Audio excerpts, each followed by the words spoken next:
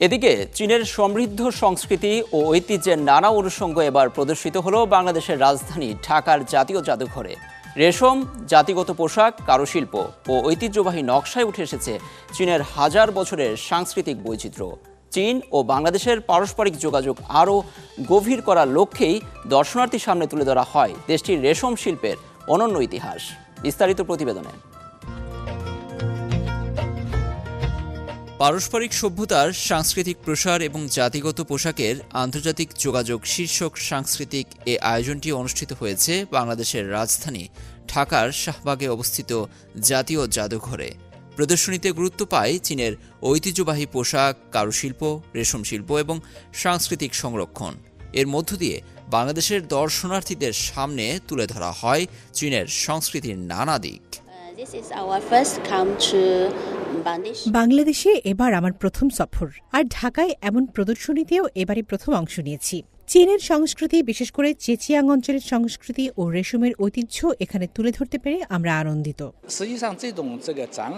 এই প্রদর্শনীর মাধ্যমে আমরা সবার সামনে চীনের রেশম ও এর অনন্য নকশা তুলে ধরতে চেয়েছি। এখানে যে রেশম সামগ্রী দেখছেন সেগুলোর মাধ্যমে আসলে চীনের সংস্কৃতি ফুটিয়ে তোলা হয়েছে। এই প্রদর্শনীর অন্যতম লক্ষ্য পারস্পরিক যোগাযোগ ও মতবিনিময় বাড়ানো।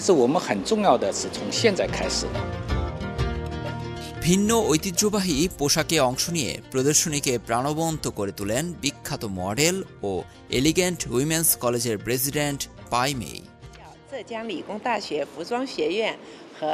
এই আয়োজনে অংশ নিতে পেরে আমি গর্বিত। বেল্ট অ্যান্ড রোড উদ্যোগের মাধ্যমে চীনের প্রবীণ অর্থনীতির বিকাশ এবং মধ্য ও প্রবীণ বয়সী মানুষের ইতিবাচক জীবনযাপন বিশ্ব দরবারে তুলে ধরে ভালো লাগছে। একই সঙ্গে বাংলাদেশের অনন্য সাংস্কৃতিক বৈচিত্র্য চীনের মানুষের কাছে তুলে ধরার সুযোগ পেয়েছি। আয়োজনে প্রদর্শিত হয়েছে জার্নাল অব সিল্ক এর ৭০তম প্রতিষ্ঠা বার্ষিকী উপলক্ষে বিশেষ আর্কাইভ প্রদর্শনী দেখতে আসা দর্শনার্থীরা চীনা শিল্পকর্মের ইতিহাস ও সংস্কৃতি জানারও চেষ্টা করেন। এ আয়োজনের প্রধান আয়োজক বাংলাদেশের RTM আল কবির প্রযুক্তি বিশ্ববিদ্যালয় এবং চীনের জেজিয়াং সাইটেক বিশ্ববিদ্যালয়। সহ আয়োজক Bangladesh heritage research and professional institution, Zhejiang Scitech ইউনিভার্সিটির school of fashion design and engineering এবং জার্নাল অব সিল্ক। সহযোগিতায় রয়েছে চীনা এথনোলজিক্যাল অ্যাসোসিয়েশন সহ সংশ্লিষ্ট গবেষণা ও শিক্ষা প্রতিষ্ঠান।